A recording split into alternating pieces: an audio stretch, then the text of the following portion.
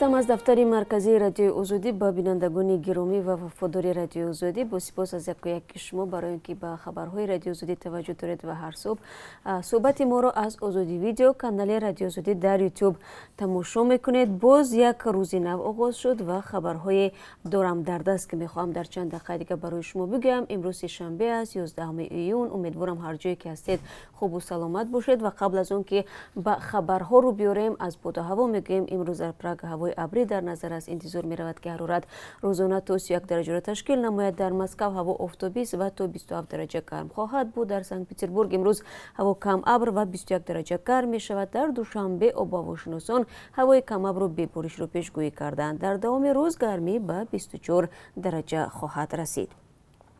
اتحادیه اروپا در رابطه با تظاهرات 10 نفر در نزد قرارگاهش در شهر دوشنبه در روز گذشته با نشر بیانیه رسمی گفت نمایش اعتراضی بین ساعت‌های 8:30 تا 9:15 صورت گرفت و اعتراضی شبیه آن در نزد بینای سازمان ملل متحد هم بوده است.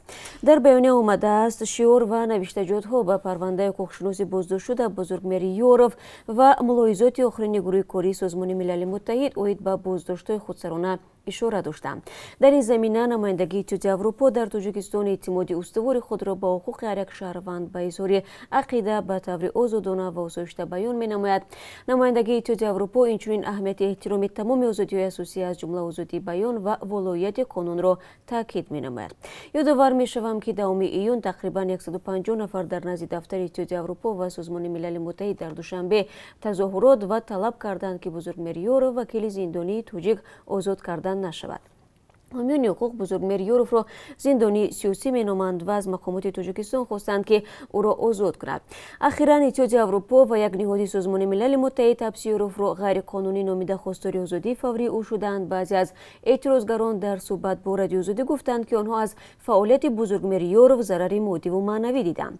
در همین حال جمشید یوروف برادر بزرگمهر یوروف از طریق شبکه اجتماعی گفت نمیداند تعداد جبریده‌های بزرگمهر یوروف از کجا به 150 نفر است، ولی رسما بر اساس شکایتشان آنها حدود 18 نفرند. این نکته هم نامعلوم میماند که چگونه همه جبریده‌ها در یک تظاهرات گردی هم آمدند، در حالی که اکثریت آنها میگویند با هم مشورت نکردند.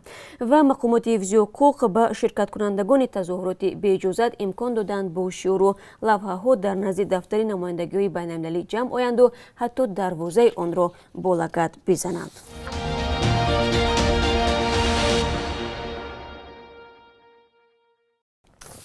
قاسم جمعرت توقیف پرزیدنت موقت قزاقستان روز 10 ایون گفت اگر کمیسیای مرکزی انتخاباتی نتیجه های رای دهی را اعلام کند مراسم سوگند یادکنی پرزیدنت 12 ایون برگزار خواهد شد.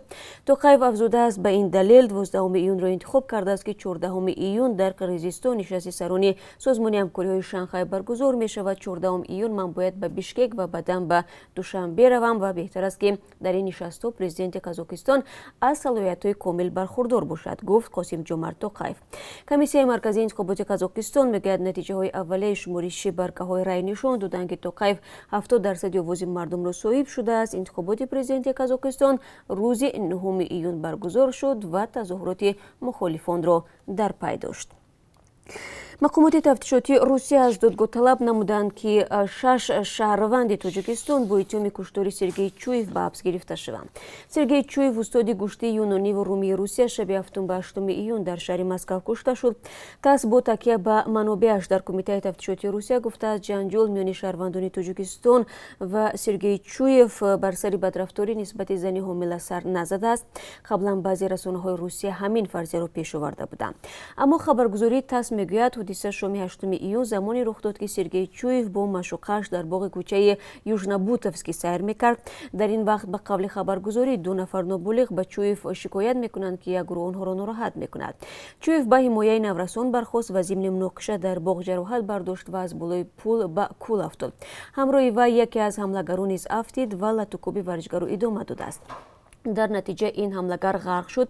در ادامه حملگران مشوقه چوب و دیگر استراحت کنندگان را لط و کوب کرده سپس ناپدید شدند، نوشته است در شرح حادثه. سفارت تاجیکستان در روسیه در پاسخ کتبی به رادیو آزادی گفت که دیپلمات‌های تاجیک جهت معین کردن قضیه به مقامات پلیس رفته و با رهبران آن واخوردند. سفارت همچنین خواسته است به رفتار کارمندان حفظی حقوق در رفت بازداشت شهروندان باهای حقوقی داده شود. نشر عکس‌های تحقیرآمیز این 6 نفر خشم کاربران شبکه‌های اجتماعی را در تاجیکستان برانگیخت.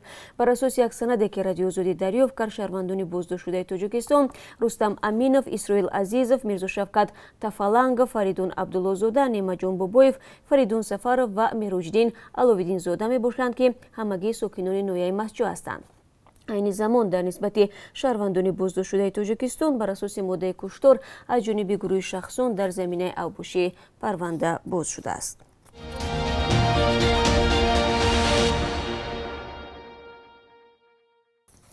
بحران سیاسی در مولدووا عمیق‌تر می‌رود چون دادگاه عالی رئیس جمهور ایگور دادون را از صلاحیت‌هایش محروم کرد. پاول فیلیپ که جایگزین رئیس جمهور شد، پارلمان را برکنار و انتخابات پیش از مهلت را اعلان نمود. بعد این هزاران نفر در مرکز پایتخت مولدووا در شهر کیشینیوف جمع آمدند و از حمایت خود را از پاول فیلیپ اعلان کردند.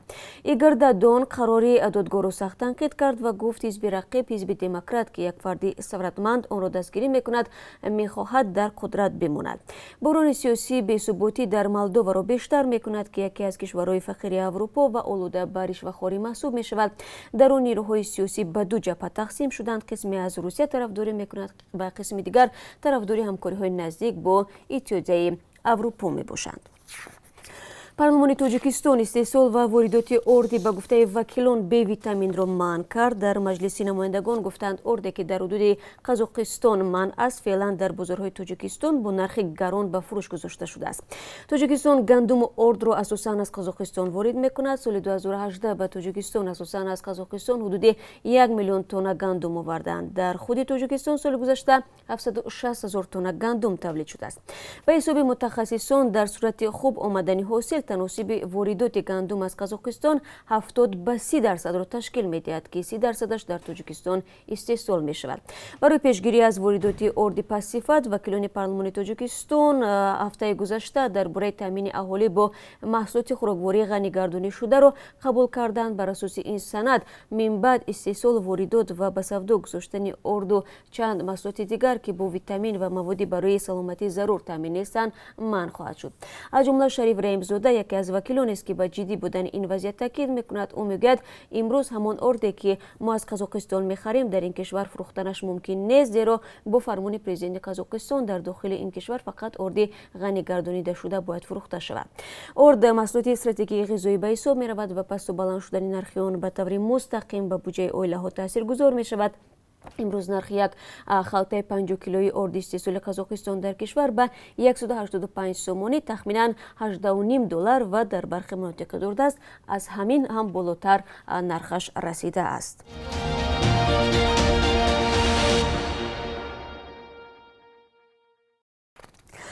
مقامات افغانستان قرار حبس سابق رئیس فدراسیون فوتبال این کشور را صادر کردند که در آزار جنسی اعضای تیم زنانه فوتبال افغانستان گمانبر می شود. این اتهام مربوط به حادثه های 5-6 سال اخیر است و این ماجرا در مطبوعات غربی هم بازتاب یافته است. با اطلاع نصرت رحیمی سخنگوی وزارت امور داخلی افغانستان قرار حبس کرام‌الدین کریم روز 9 ایون صادر شده است. معلوم نیست که خود آقای کریم در کجا است. واکنش خود او نیز به قرارهای اخیر هم در دست نیست. قرار بازداشت در حال صادر شد که فیفا فدراسیون بین‌المللی فوتبال با یک قرار خود روز 8 ایون کرام‌الدین کریم را برای همیشه از شرکت در همه گونه مسابقه‌های فوتبال در سطح ملی و بین‌المللی منع کرد. در قرار فیفا گفته شد که قرار منع همیشگی آقای کریم از شرکت در بازی‌ها در پی تحقیق شکایت حداقل 5 زن فوتبال بازی افغان گرفته شد که گفتند در فاصله‌های سال‌های 2013 تا 2018 مورد اذیت جنسی این مسئول فدراسیون فوتبال افغانستان قرار گرفتند. فیفا گفت که کرام‌الدین کریم با سوء استفاده از مقامش زنهای بازیگر فوتبال را اذیت می‌کرد و این کار او ضد معیارهای اخلاقی این سازمان می‌باشد.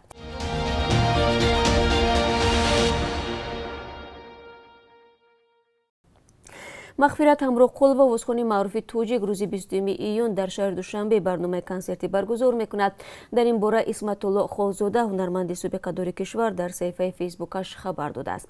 برنامه هنری مغفرت همراه قل و در فیلارمونی دولتی تاجیکستان به نام یک شریف جوریف دایر می شود. به گفته اسمت الله خالزاده در این برنامه هنرمندان شناخته عمر زیویف، رحیم شلوئر، بهادر نعمت و دیگران اشتراک و هنرنمایی خواهند کرد. وزخوان معروف مغفرت همراه قل و چندین سال به این طرف در امریکا به سر میبرد. او تا زمانی ترک کردن تاجیکستان در انسمبل اسردی گلشن کور فعالیت میکرد.